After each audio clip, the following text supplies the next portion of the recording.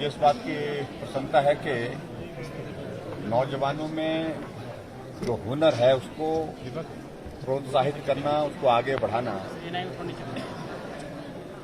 और उस हुनर के माध्यम से अपने जीवन को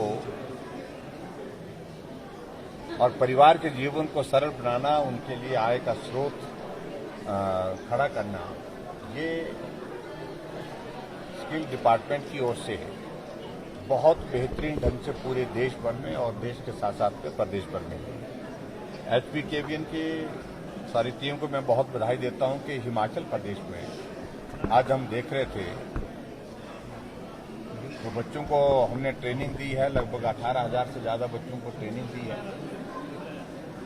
और उसमें से लगभग 6,000 के करीब बच्चों को प्लेसमेंट उसमें मिली।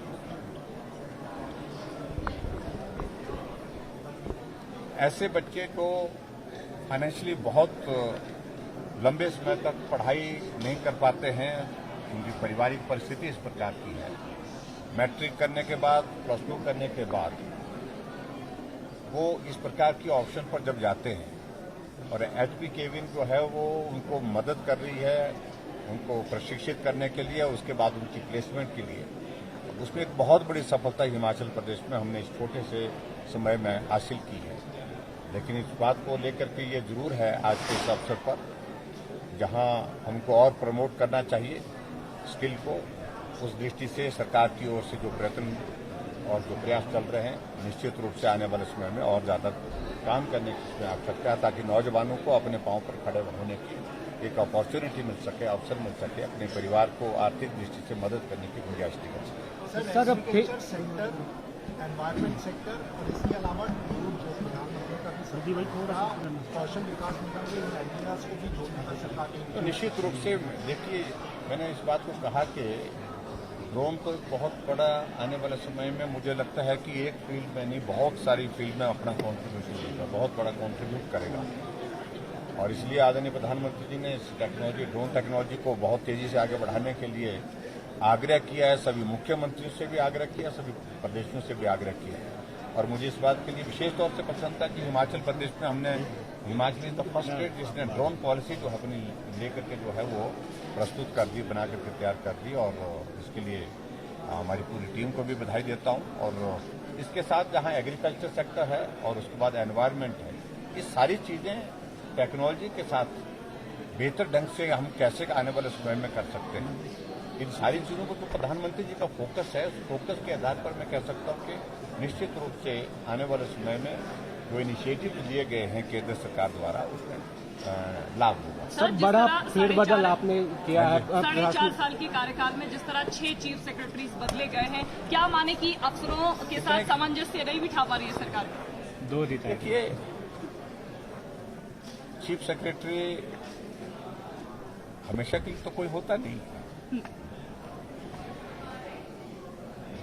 पूरे में जो सरकारें रही हैं उन सरकारों के दौरान भी चीफ सेक्रेटरी बदलते रहे और हमारे सरकार के दौरान बहुत से तो रिटायर हुए। रिटायर करने के बाद अगर हम उनको फिर से लगाते तो आप ही खबर बनाते कि भाई, लेकिन सर 6 में से 4 ऐसे हैं जो अपना कार्यकाल भी पूरा नहीं कर पाए। मौजूदा देखिए, कार्यकुशलता पर सर, उनकी कार्यकुशलता पर कोई सवाल है जो सरकार को लगता है कि इसलिए फारका जी पूर्व सरकार के थे, स्वाभाविक रूप से सरकार बदलने के बाद नया चीफ सेक्रेटरी बनाया जाता है। ये एक आम तौर पर एक व्यवस्था रही है, उस व्यवस्था के अनुरूप हम आगे बढ़े। विनीत चौधरी जी सीनियर मोस्ट थे, उनको अवसर दिया गया और पूरा टेन्यूर उन्होंने कंप्लीट किया। विनीत चौधरी जी की रिटायरमेंट के बाद अगले VK अग्रवाल जी आए, सीनियर मोस्ट वो थे और उन्होंने अपना टेन्योर जो है वो कंप्लीशन की स्टेज पर, उनकी तब तक के लिए जो है वो सेंटर में ये पोस्टिंग हो गई, एम्पैनलमेंट हो गई सेक्रेटरी के नाते। वो एक बहुत बेहतरीन अपॉर्चुनिटी उनके साथ थी और स्वास्थ्य कारण था उनके लिए, जिस कारण से उनको जाने के लिए लगा कि उचित रहेगा दिल्ली जाना और उनको अच्छी अपॉर्चुनिटी मिली, अच्छी असाइनमेंट वहां पर मिली। वो उस कारण से गए, मेरी वजह से नहीं गए। और उसके बाद उनके पश्चात श्रीकांत बाल्दी जी, उनने अपनी टर्म पूरी कंप्लीट की, जितना टेन्योर था उनके पास। और उनके पश्चात अनिल खाची सीनियर मोस्ट थे, हिमाचल के अधिकारी थे। उन्होंने अपना कार्यकाल शुरू किया, उनके साथ बहुत अच्छा हमने काम किया। और काम करने के बाद एक अपॉर्चुनिटी बीच में आई, जब जिसमें उनके लिए बहुत बेहतरीन अपॉर्चुनिटी आने वाले समय के लिए थी, लंबे समय के लिए थी। और वो आज हिमाचल प्रदेश के स्टेट इलेक्शन कमिश्नर हैं, आपकी जानकारी के लिए। और किसी को परेशानी नहीं होनी चाहिए, मुझे तो लगता है बिल्कुल भी नहीं होनी चाहिए, आपको तो बिल्कुल ही नहीं होनी चाहिए। और अच्छा, फिर उसके बाद सुनिए मेरी बात सुन लीजिए पहले। अच्छा, उनके पश्चात सीनियर मोस्ट में राम सुभाग जी थे। राम सुभाग जी ने अपना काम अच्छी तरह से किया है। और अभी फिलहाल जो है उनके बारे में आने वाले समय में क्या होगा, वो सारी चीज को लेकर के वो अगला विषय है।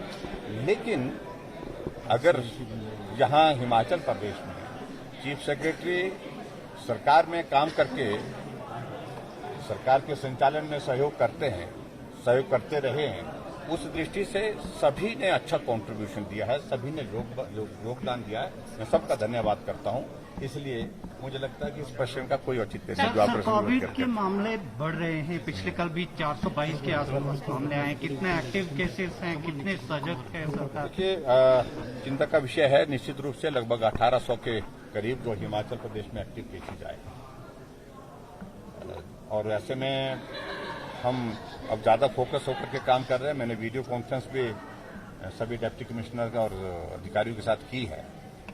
और स्वास्थ्य के साथ भी, स्वास्थ्य विभाग ने भी पिछले कल कैबिनेट में अपना प्रेजेंटेशन दिया है। केसेस बढ़ रहे हैं, लेकिन उसके बावजूद बहुत माइल्ड और उसके साथ साथ में हॉस्पिटल में एडमिट केसेस का नंबर बहुत कम है। तो कोमॉर्बिडिटीज वाले थोड़े से केसेज हैं, 6-7 केसेज का जिक्र कर रहे थे। लेकिन फिर भी उसके बावजूद हमको सावधानी के साथ काम करने की आवश्यकता होगी आने वाले समय में, क्योंकि नंबर तेजी से बढ़ा है। रिस्ट्रिक्शंस बढ़ सकती हैं। अभी तो हम थोड़ा इस सारी चीज का हमने कहा कि जो क्लस्टर कहीं कुछ जगह बन रहे हैं उस पर ज्यादा फोकस के साथ काम करें, ताकि स्प्रेड को हम रिस्ट्रिक्ट कर सकें। और उसके साथ साथ में जहां कोई पेशेंट को अगर थोड़ा हॉस्पिटलाइज करने की जरूरत है और उसका हॉस्पिटल में बेहतर ढंग से ट्रीटमेंट हो सके।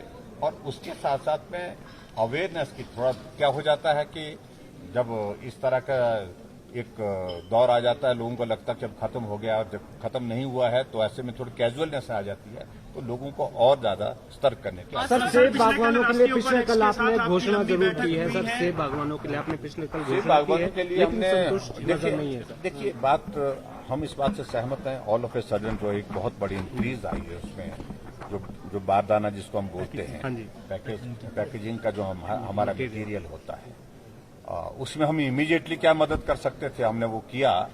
एक तो हमने यही कहा कि जो वैट 12 से 18% हुआ है, जो हमारा नहीं, वो केंद्र सरकार के साथ जुड़ा विषय है, तो उसमें हमारे हाथ में अधिकार नहीं। लेकिन हमने कहा कि जो 6% बढ़ा है उसकी भरपाई हम करेंगे, स्टेट की ओर से करेंगे। और उसका एक मैकेनिज्म डेवलप करने के लिए हमने बोला कि एचपीएमसी के माध्यम से जो पैकेजिंग का जो मटेरियल है जो है वो सारा उनके माध्यम से परचेज किए जाए और ठीक तरह से पारदर्शिता के साथ जो है, जिसमें हम उसमें जो बिलिंग के हिसाब से जो है उसमें मदद करने के लिए तैयार हैं। पिछले कल राष्ट्रीय उपाध्यक्ष के साथ आप मानती है कि गुम्मा में एआईपीएल का जो पहले पैकेज इंडस्ट्री लगा था उसको बंद कर देना बागवानों के लिए घातक साबित हो रहा है? क्या सरकार आगे कोई ऐसी मंशा रखती है कि पैकेजिंग? देखो, इन सारी चीजों पर सोचने की आवश्यकता रहेगी, लेकिन मैं इस पर कुछ ज्यादा टिप्पणी नहीं करना चाहता। Thank you.